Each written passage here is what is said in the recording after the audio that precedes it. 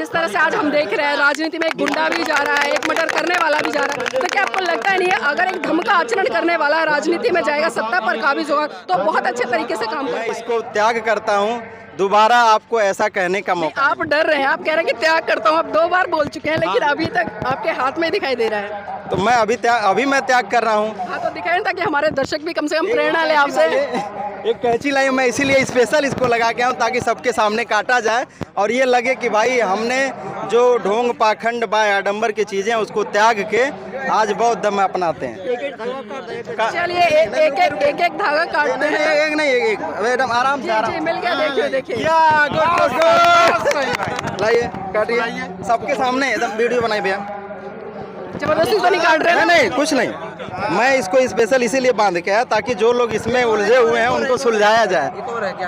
नहीं इसको पूरा काटिए, पूरा मैं पूरा काट रहा हूँ। ये एकदम यहाँ से लाइए, एकदम यहाँ से लाइए। आप देख सकते हैं, 1 नहीं 2 नहीं 3 नहीं 4 नहीं बल्कि 5 है। हाँ इतना डरते हैं? नहीं डरते नहीं, ये डर ही तो है। नहीं वो डर नहीं है। पीड़ा उठानी है कि जैसा कि बाबा साहब कहते थे, शिक्षा सुरक्षा सम्मान चाहिए, रोटी कपड़ा मकान चाहिए, मानव एक समान चाहिए, ऐसा भारत स्थान चाहिए। इसके लिए हम लोग कटिबद्ध हैं। जब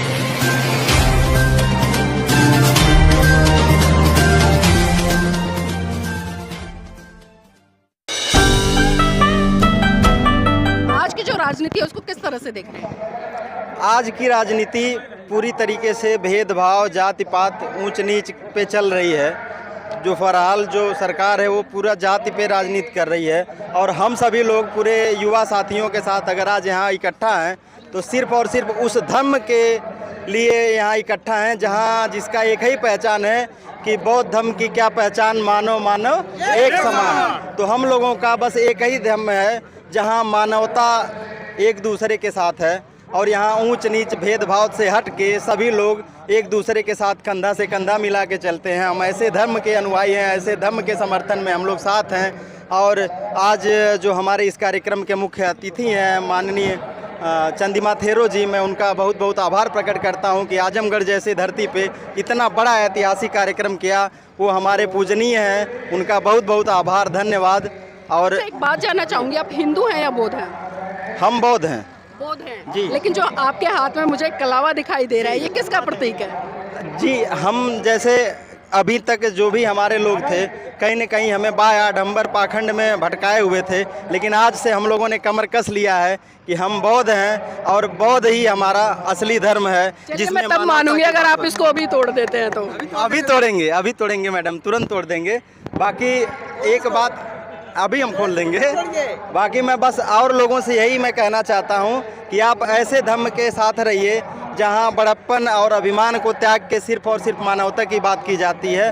और मानवता एक साथ जब होगी, जब हम सभी लोग एक साथ मिलके कंधा से कंधा मिला के चलेंगे और सब लोग एक मजबूत समाज और मजबूत भारत, मजबूत प्रदेश की परिकल्पना करेंगे। इसलिए मैं सबका बहुत बहुत धन्यवाद देता हूं, बहुत बहुत साधुवाद देता हूं। मजबूत भारत और मजबूत भारत की कल्पना ऐसे कौन से धर्म से कर सकते हैं? क्योंकि आज जिस तरह से हिंदू राष्ट्र की लगातार मांग हो रही, तो क्या लगता है अगर भारत हिंदू राष्ट्र होता है तो उसमें सबका विकास हो पाएगा?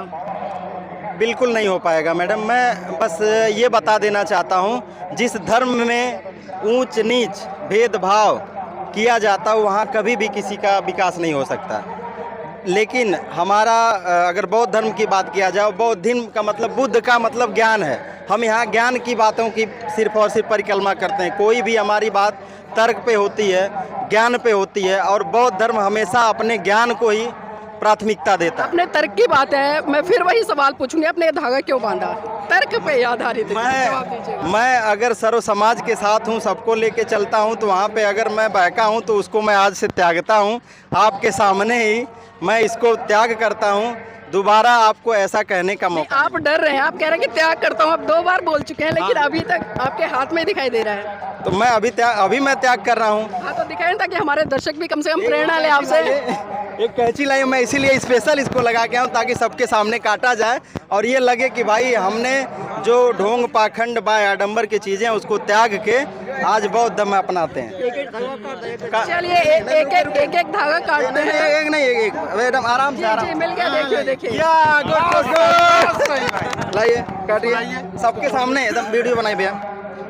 जबरदस्ती तो नहीं काट रहे हैं? नहीं कुछ नहीं, मैं इसको स्पेशल इसीलिए बांध के आया ताकि जो लोग इसमें उलझे हुए हैं उनको सुलझाया जाए।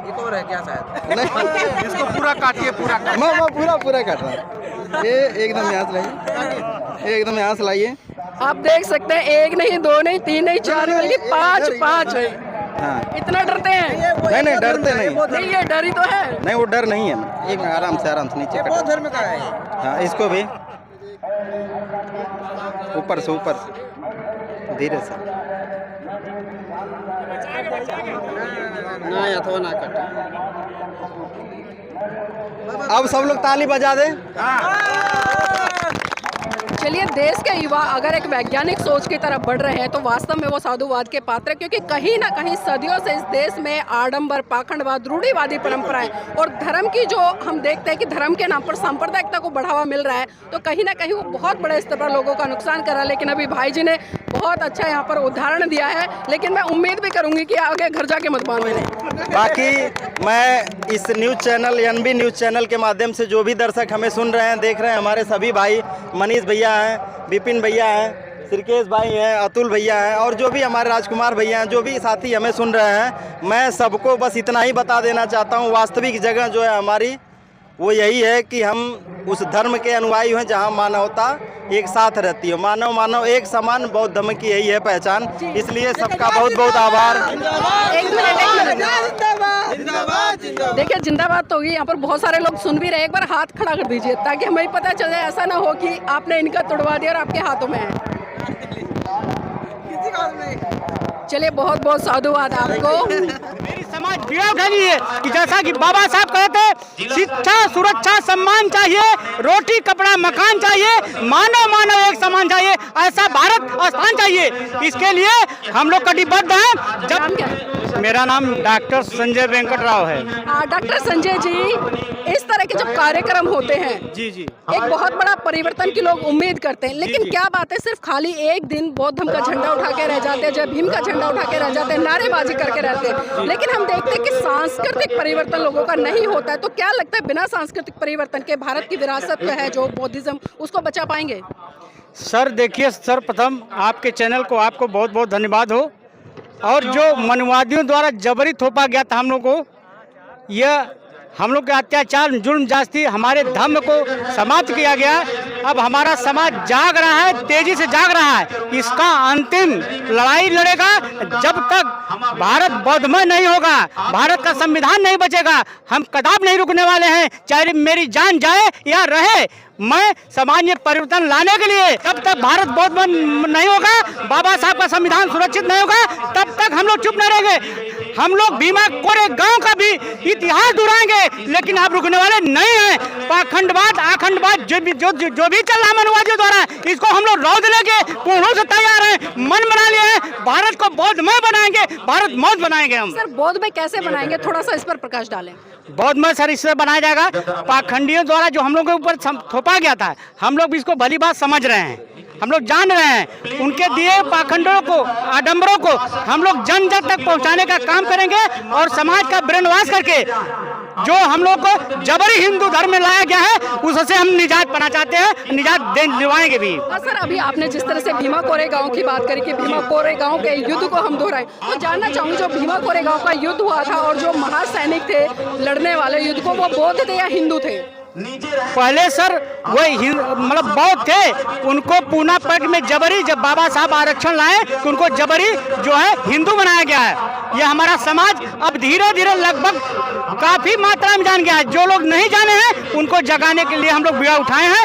हमारे धर्म गुरु भारतीय संविधान को लेकर सबको घर घर हम लोग आंदोलित करेंगे और अपने इतिहास को बताएंगे कि हमको मनुवादियों द्वारा सताया गया है। हमारा इतिहास पहले हम बहुत थे और बहुत बनेंगे। लेकिन सर आज हम बात करते हैं, खासकर मैं युवाओं की बात करूं तो आज लोग जय भीम के नारे लगाते हैं, पेंसिल का पटका पहन, और खासकर मैं देखती हूँ द ग्रेट चमार के होर्डिंग या बैनर साथ में लेके चलते हैं और जातियों पर गर्व करते हैं। जबकि बाबा साहब ने जाति खत्म करने की बात की, लेकिन आज के लोग कहीं ना कहीं जाति को ढो रहे हैं। तो बिना जातियों के ढोए या जाति को ढोकर किस तरह से परिवर्तन कर पाएंगे? सर जो आप जातियों की बात कही है, जात तो हम लोग भी तोड़ना चाहते हैं, लेकिन बाबा साहब की मूर्ति तोड़ी जाती है। इससे एकदम स्पष्ट हो जाता है कि अभी जात पात की भावना मनुवादियों द्वारा हटी नहीं है। नहीं, वो तो बना रहे, लेकिन बौद्ध लोग क्या कर रहे हैं इस दिशा में? बौद्ध धर्म ये चाह रहा है कि मानव एक समान रहे, जात पात मिट जाए, सभी लोग एक रहें, लेकिन मनुवादी होने नहीं दे रहे हैं। ये 6739 जातियों में बात कर ढिढोरा पीट रहे हैं और दलितों को झुंझुना देने का काम कर रहे हैं। हम लोग झुंझुना नहीं बजाना चाहते हैं।